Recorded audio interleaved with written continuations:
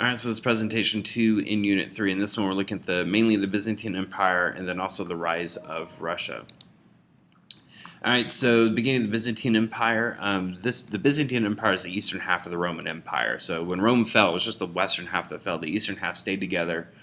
Is the Byzantine Empire, and really the first big leader of this empire is Justinian. Now, if you went back in time and asked them, they would consider themselves Romans, so they thought they were still the Roman Empire, but there's some cultural differences that develop in Constantinople and the eastern half of Europe that you don't see really during the Roman Empire. So to try to reclaim and kind of rebuild the Roman Empire, he sent his general Belisarius take over North Africa from the Vandals. And he tried to take Rome from the Ostrogoths, but failed at that. He took it for a little bit, but ultimately failed, didn't keep it. So Justinian, after that, kind of consolidates his power. But really, a lot of his power came from his wife, Theodora, who really kind of controlled him. But what if it really wasn't for Theodora, this empire probably wouldn't have started off that great. Because Justinian probably wouldn't have been that great of a leader. So the emperors in this empire, that absolute power. So unlike Rome, Rome you had an emperor, but you also had the Senate, which kind of checked the power of the emperor to an extent. In this one, his absolute power, he can do whatever he wants. Controlled the state and the church combined together. And of course, because of this power, they were under constant threat of assassination. And so they had 88 emperors total in this empire. You had 29 that were assassinated. 13 abandoned the throne because they were too scared, and they went to go live in monasteries, which is where monks, stay to read the Bible and pray and stay there their whole lives. And so they would go there to rescue themselves, basically. So this was not a lot of people weren't necessarily happy to be emperor because you're probably going to die. All right, and then the next big focus is building the new Rome. So Rome fell, so let's make Constantinople the new Rome and rebuild this empire. So from 528 to 533, the first thing you do is you need a new legal code, and you need to base it off old Roman law. So 10 legal experts worked for these 5 years to go through 400 years of Roman law. And then they created what's called the Justinian Code. And so the first thing they did, the main part of the code, is they took 5,000 Roman laws. So they had to go through 400 years of Roman law, narrow it down to 5,000 laws they could still use that still apply to that society. And then they used the Digest, which quoted opinions of Rome's greatest legal thinkers about the laws. So if you think about the way we use our Constitution, we have the Constitution and the Bill of Rights, but we need to be able to interpret that and see what does it actually mean and how do we apply it to today's society. And so we look at quotes. We look at the people that wrote the Constitution. What did they say about the Constitution? Or what did they say about these amendments in the Bill of Rights? And things like that. So we can get an idea of what the intended purpose was, and we know how to interpret it. And so that's what the Digest was for, is to be able to interpret these 5,000 Roman laws.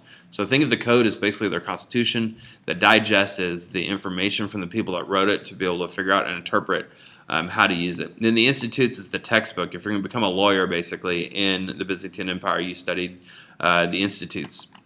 The Novella is new laws passed after 534. So you can almost think of these as extra amendments added to the original code on top of that. So now you got the basis for the society, for the empire to function with a code of law. And then the next big thing is to build the city. So make the city really beautiful and protect it. So he built fortifications, a series of walls protecting the city. He had 3 huge walls to protect the city. Constantinople is so well protected, it took 700 years for anyone to actually be able to take over the city. He also built a lot of churches, including the biggest one, Hagia Sophia, which today is a mosque because the Muslims took over Turkey about 500 years ago, 550 years ago, and since then it's been a majority Muslim. So Constantinople, you can see where it's located. Like you build the fortifications over here, defend it from the land, and then you can build a wall, of course, around the city, and it's really hard to invade a city from the ocean. It's almost impossible, so easily protected for the most part. All right, and then the city itself, of course, was a major city, so you're going to see main streets with shops and huge markets and things like that, and everything from everywhere, from every part of the world is going to be there in Constantinople. And then they were big in entertainment, just like the Romans. The big thing there was the Hippodrome, which is the chariot racing, which was also huge in the Roman Empire. But their Hippodrome, pictured here, would sit 60,000 people. And actually, they had 2 gangs, the Blues and the Greens, kind of like 2 different teams, basically, that would fight each other. At one point, after some chariot races, there was a big rebellion called the Nike Rebellion. And Nike in Greek means victory. But there's this huge rebellion, and so basically this gang fight in the city. And most of it really was pointed at the government. They were upset at Justinian and the way he was leading. It felt like he wasn't really listening to the people and their needs. And so he almost ran away, but Theodora basically got him to turn around and actually do something about it. So he sent in Belisarius, his general.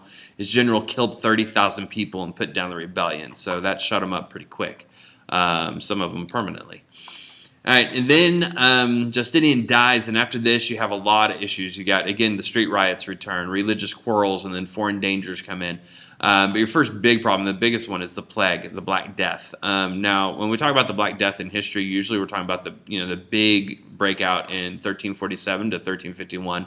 They killed anywhere from a third to a half of Europe. But before that, we saw it pop up in cities and take out, a huge amount of the population and then kind of wither out.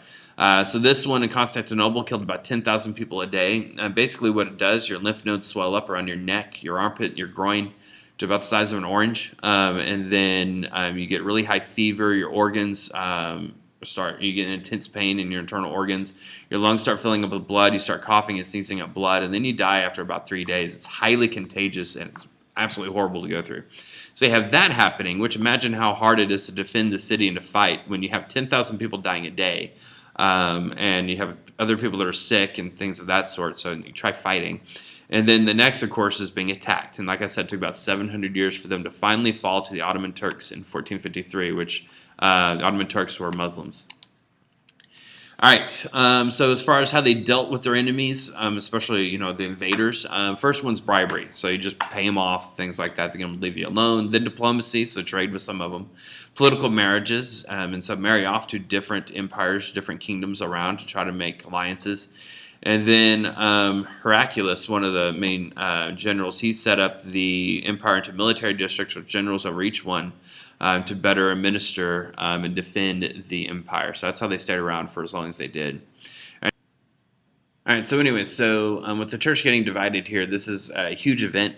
And really it started with just the cultural difference between the West and the East and how they worshipped. And so in the East, as you can see in this church here, in an Orthodox church, and they have a lot of what's called icons, these pictures of different people in the Bible and events and things like that. And the Christians, they didn't know how to read, and so this is how they understood the Bible. A lot of times when they would go and pray, they would pray before these.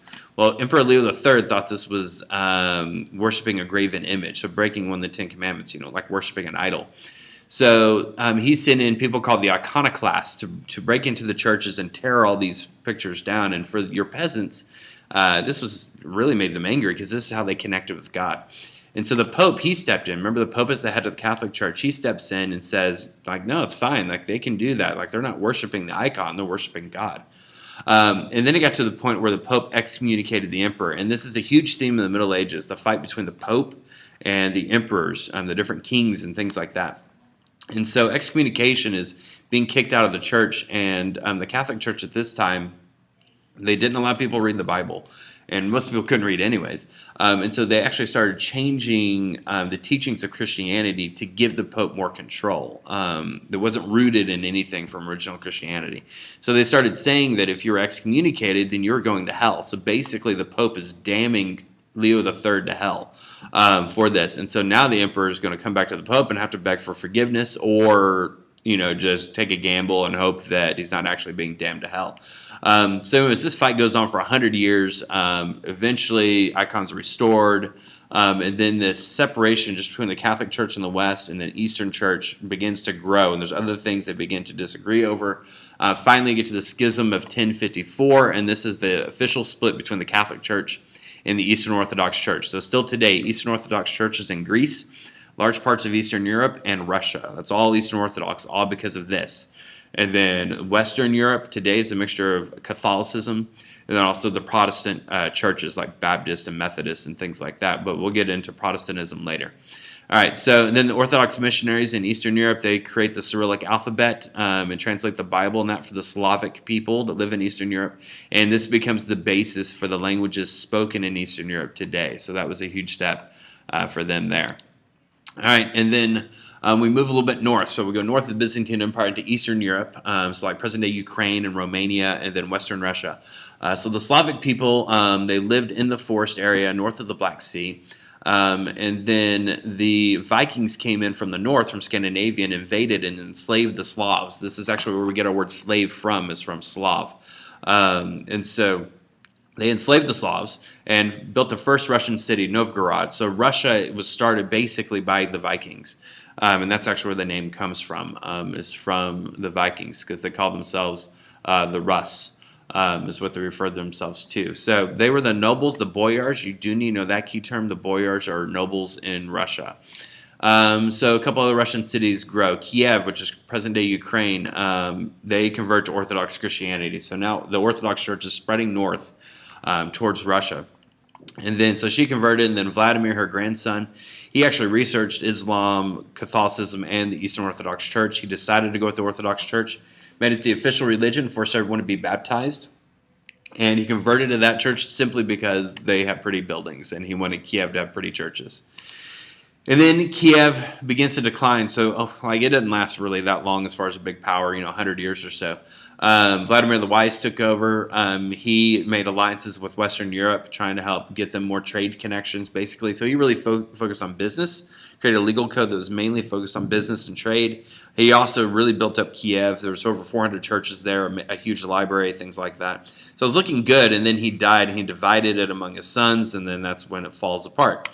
And then you have the Mongols come in. So the Mongols, they attack and take over Kiev and really all of Russia. So it comes under Mongol rule for 200 years. But they did allow the Russians to keep their customs and practice their own religion, so they weren't forced to convert or anything. And it was actually, Mongol rule was good in the sense that it united the Russians together, but it was bad because it separated them from Europe. And so when Europe goes to the Renaissance and the Reformation and the Scientific Revolution and the Enlightenment and the Industrial Revolution, Russia lags behind because they didn't have that contact. But at least they were able to keep all this stuff. So the only thing the Mongols really demanded was obedience and then pay tribute, pay a lot of taxes to the Mongols. All right, then Moscow now becomes a larger city. So Kiev basically rises and falls and done, and then Moscow becomes the next big center. So this is where the princes and basically the center of the government is. Moscow is centered on 3 rivers. So if you want to control Western Russia, you need to control Moscow. And so basically the leaders of Moscow at this time are just buying their time to be able to rise up against the Mongols. But at first they just stick with obeying the Mongols and collecting the taxes and stuff like that. So like I'm saying here, along 3 rivers, they can control it. The Russians, they are the ones that collected the taxes for the Mongols. That way the hatred was pointed towards, the locals and not the Mongols themselves. So again, they just continue to do this by their time. They get the church to move to Moscow, so now they can control the church as well. So becoming more and more powerful until finally they can stand up to the Mongols and tell them to get out. So you get to Ivan III, and he becomes the leader of Russia. And he becomes the first Tsar of Russia. So the Tsars rule from 1462 until 1917. And he wants to make Russia the third Rome, so make this big empire. So 1480, the Mongols show up to collect their tribute, as you can see in this painting. And Ivan III stood up and said, no, we're not paying you. You can get out. We're independent. And then the Russian army, along with the Mongols, met at the Ugra River, and then the Mongols just turned around and went home. The Mongols, at this point, their empire pretty much fallen apart. This was the last part they controlled. They didn't see the point in dying for it, so they just turned around. So basically, Russia asked for independence, and they got it without much of a fight.